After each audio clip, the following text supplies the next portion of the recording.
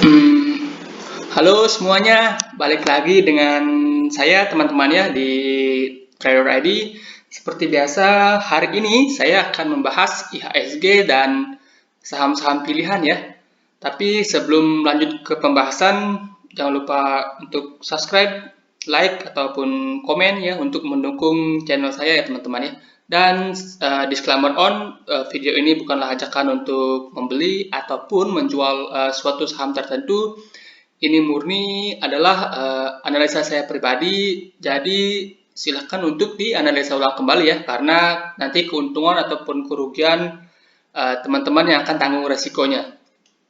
Oke, kita mulai dari IHSG ya. IHSG hari ini terkoreksi 0,24% ke level 61.122 ya.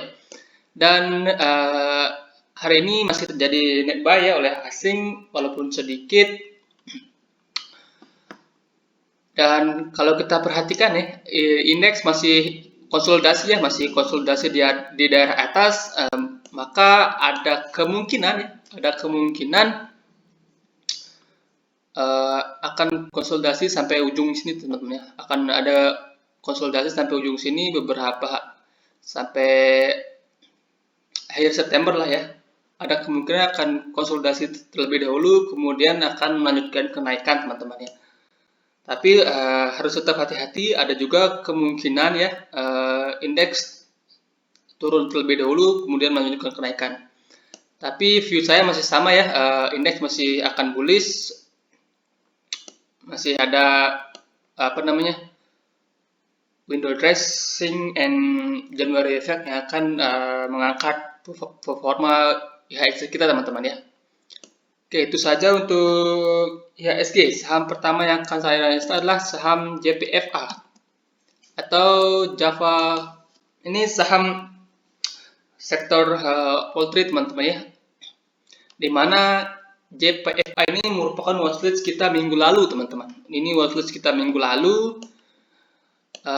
Kita sarankan buy di 1740 ya, di 1740 di kadang masa di ini 1740 belum kena stop loss dan hari ini naik sekitar 5% ke target pertama kita teman-teman, ke target pertama kita. Jadi buat teman-teman yang udah buy di daerah bawah, selamat ya, hold aja, ini masih ada peluang untuk naik walaupun besok ini ada peluang untuk koreksi terlebih dahulu karena ini sudah di resistnya teman-teman. Jadi yang belum buy ya, yang tertarik untuk entry saham JPFA besok atau hari-hari selanjutnya bisa buy on weakness ya, buy on weakness untuk JPFA dengan stop loss di bawah 1800 untuk yang baru mau entry dengan target yang masih sama di 2160 ya, dengan target pertamanya teman-teman ya. Oke, itu saja untuk JPFA. Saham berikutnya adalah saham Medsi atau Medco Energi. Nah, untuk Medsi sendiri ya, oke, nah ini untuk chartnya Medsi teman-teman, dan Medsi sendiri sebelumnya udah pernah sarankan bearish supportnya ini ya, dan sekarang masih dalam perjalanan untuk naik teman-teman, masih dalam perjalanan untuk naik, tapi agak, kalau kita bilang agak slow ya untuk Medsi ini teman-teman. Oke, ya ini analisa kita sebelumnya pernah kita sarankan buy di sini dan sekarang masih mencoba untuk naik ya, mencoba konsolidasi, mencoba untuk break dari resistnya di 520. Jadi buat teman-teman yang baru mau entry bisa perhatikan area 520 ini teman-teman, kalau di break dengan volume ya, teman-teman boleh ikutan entry. Di sini ada pola inverted head and shoulders, kalau 520 itu mampu di break ke atas ya.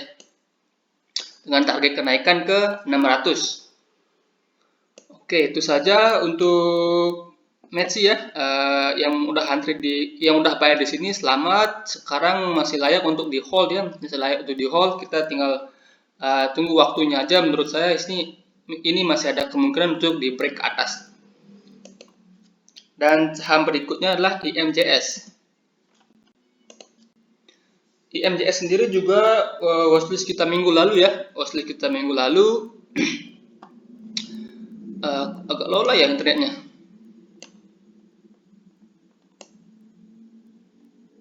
Oke, ini watchlist kita minggu lalu yang udah hit target 22%, dan tahap dulu ya, tahap dulu mobil apa.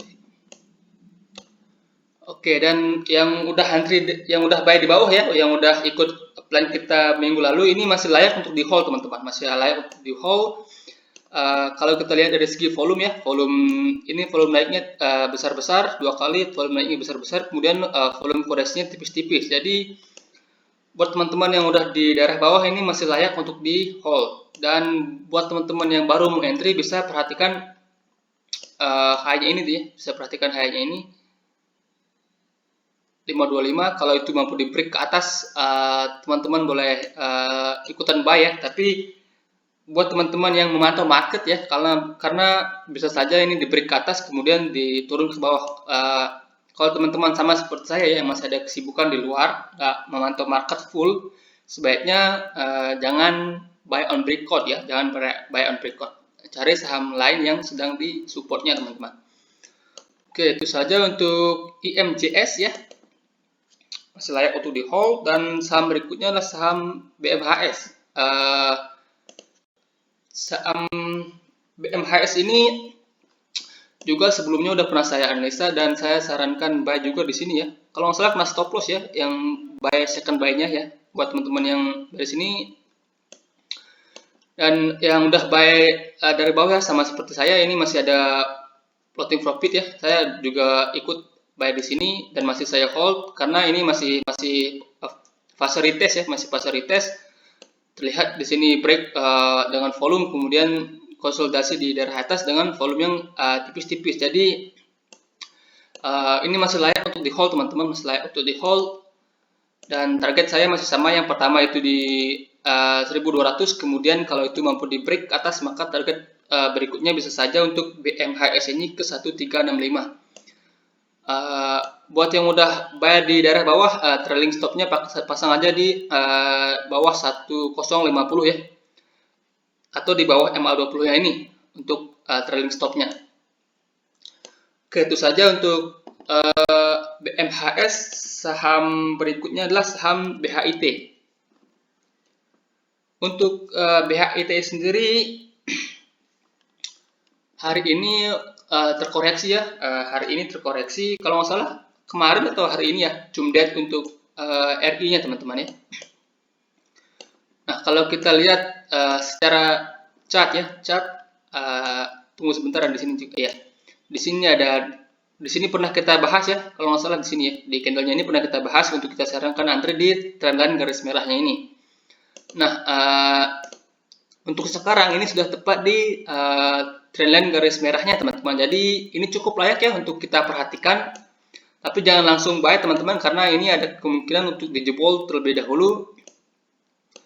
Dan kalaupun teman-teman yang mau maksa buy ya, teman-teman bisa buy di harga sekarang ya. Misalnya kalau teman-teman yang mau maksa buy di harga sekarang di 96 ya, 96, stop lossnya di sini aja teman-teman, di bawah 93 itu resistance sekitar 3% ya, resistance sekitar 3%. Kemudian rewardnya yang pertama itu di sini di 103 itu sekitaran 8%, kemudian reward berikutnya ada di sini di 120 itu sekitaran 23%. Yang buat teman-teman yang baru yang mau maksa entry ya, kalau saya sih akan wait and see terlebih dahulu.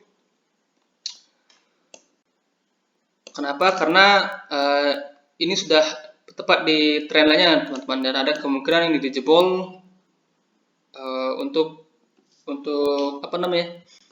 Untuk kembali ke supportnya ini di sekitar 88 sampai 86. But bisa saja salah teman-temannya, bisa saja besok langsung mantul ke atas. Oke, itu saja untuk BHIT. Saham berikutnya adalah saham BDMN.